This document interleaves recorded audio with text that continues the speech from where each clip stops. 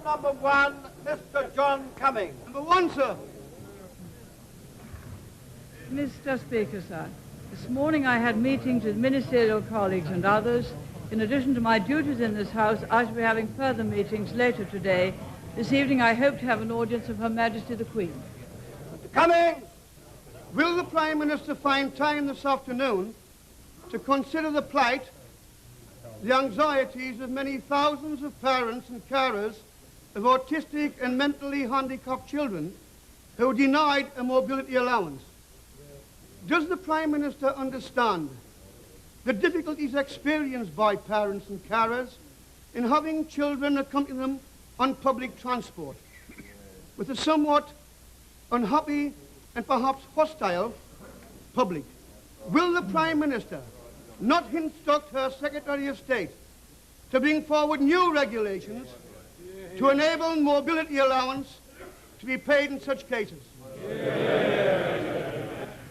Mr. Speaker, I hope that parents travelling with such children do not meet hostility but sympathy from the public. As the Honourable Gentleman is aware, we have put up the amount spent on mobility allowance to a colossal extent, but I cannot accept that we should extend it at present to those people. We have, in fact, under our disablement provisions, increased enormously the provision made for people who look after highly disabled children at home to the extent of something like £65 a week. To Michael Brown. 2, sir. I defer my honourable friend to the reply which I gave some moments ago. Michael Brown. Mr. Speaker, will my right honourable friend confirm that in the event of Midland Montague ever being given the opportunity of considering the cost of her government's future economic policies, they will never be able to say that those policies will cost an additional £50 billion of public expenditure per year? Order. Must be the Prime Minister's responsibility. I don't think it was. Friend, that's Order. Look, order.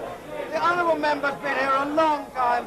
He must ask the question, which is of the Prime Minister's responsibility. She may answer that piece of it that was of her responsibility.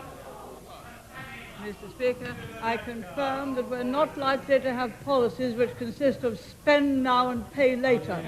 Such would only lead to much higher taxation, much higher borrowing, and record inflation, and those were Labour parties last time. Mr. Neil Kinnock.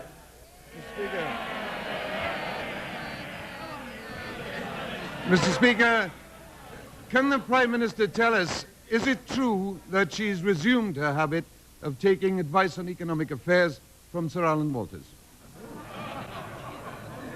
Sir Alan Walters is a friend of the family. I shall continue. I shall continue.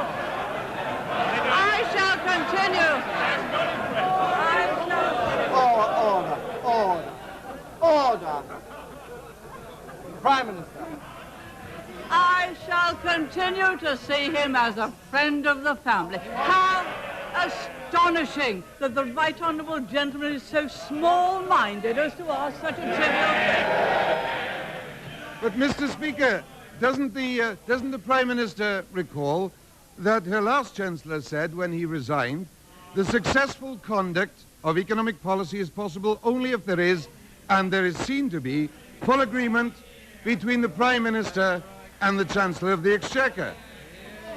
Recent events, said the former Chancellor, have confirmed that this essential requirement cannot be satisfied for as long as Alan Walters remains your personal economic advisor. With that in mind, Mr. Speaker, shouldn't the Prime Minister be more careful in her choice of family friends?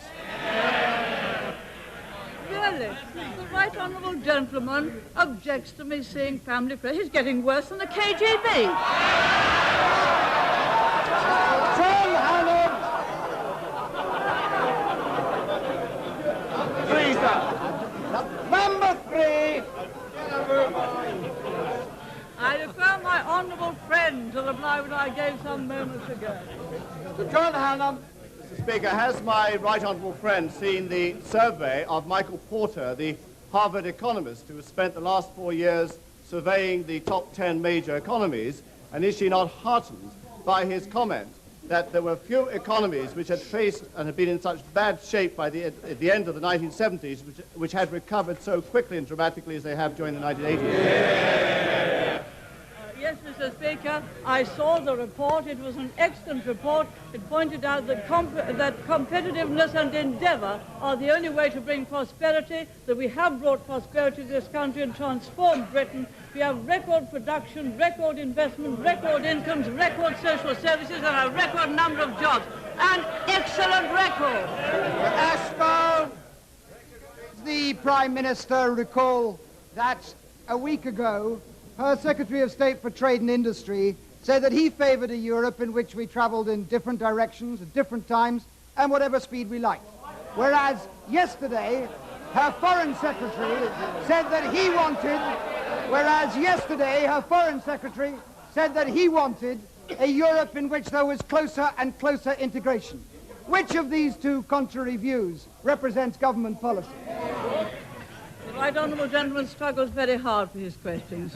We, in trading matters, and with the coming of the common market, the complete single market which we've worked over many years, there will be much closer integration with that single market. We have worked for that very hard indeed. With regard to other matters, we wish to see the sort of community in which national parliaments, in particular parliaments like this, play a very important role in agreeing the policy of the community. Mr. Jonathan Aitken. Number 4, sir. I defer my honourable friend to reply which I gave some moments ago. Ken. When the Cabinet comes later this week to its important decision on whether or not to subsidise the Channel Tunnel Railway, would my right honourable friend bear in mind that the difference between the subsidised Eurail high-speed line and the unsubsidised British Rail faster service on the improved existing line is only likely to be a shorter travelling time of some 20 minutes or so? Can she confirm that this relatively small saving of time can only be achieved by a funding by the taxpayer of several £100 million? And will she accept the view of many of us that with public expenditure priorities being what they are, that this sort of project just isn't worth it? Mr. Speaker, I agree with my honourable friend. It would be a colossal subsidy that would be required, and we take the view that international services should not have subsidies. We don't subsidise international air services or international ferry services, and then we do not believe that we should subsidise its international rail service. Eddie Lloyden. If the Prime Minister is so satisfied about the economic situation, why is it in fact that the banks are failing to support major companies that are collapsing day by day at this particular point in time? Mr. Speaker, if the honourable gentleman looked at the regular reports, he would find that there is very extensive borrowing still given, the facilities still given by the banks to major companies. John Boris. Number 5, sir.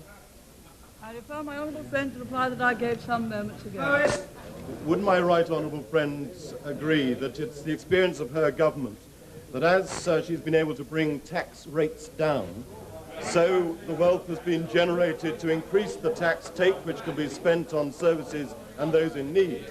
And would she agree that were tax rates to go back up, then such money would not be available to spend on those in need?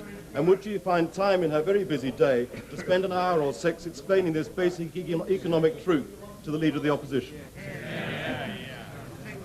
Well, the answer to the latter part of the question is no, but I think my honourable friend has done that. I agree with my honourable friend that the top 10% of taxpayers now not only pay more in absolute terms than they did, but pay a bigger proportion of the yield of income tax. It used to be 35%. The top 10% of taxpayers now pay 40% of the yield of income tax, which has helped considerably to increase the prosperity of this country and enabled us to spend far more on the social services. Robert Hughes.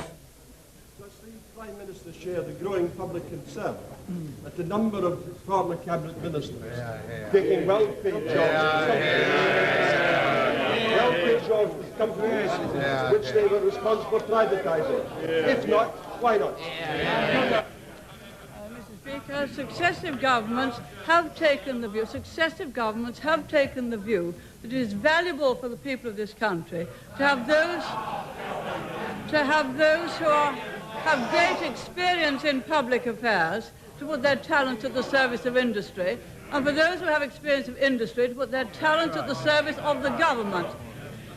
The noble Lord Wilson, was asked a similar question and was asked to apply minimum waiting periods. The noble Lord Wilson replied, "These matters are better left to the discretion and good sense of the individuals concerned." That has happened on both sides of the House, and I share the noble Lord's views. Mr. Humphrey Maylands, number 6. I refer my honourable friend to the reply which I gave some moments ago. Sir Humphrey Maylands. Mr. Speaker, does my right honourable friend agree that traffic levels on roads in South London have now reached an intolerable level and are likely to get worse in years to come?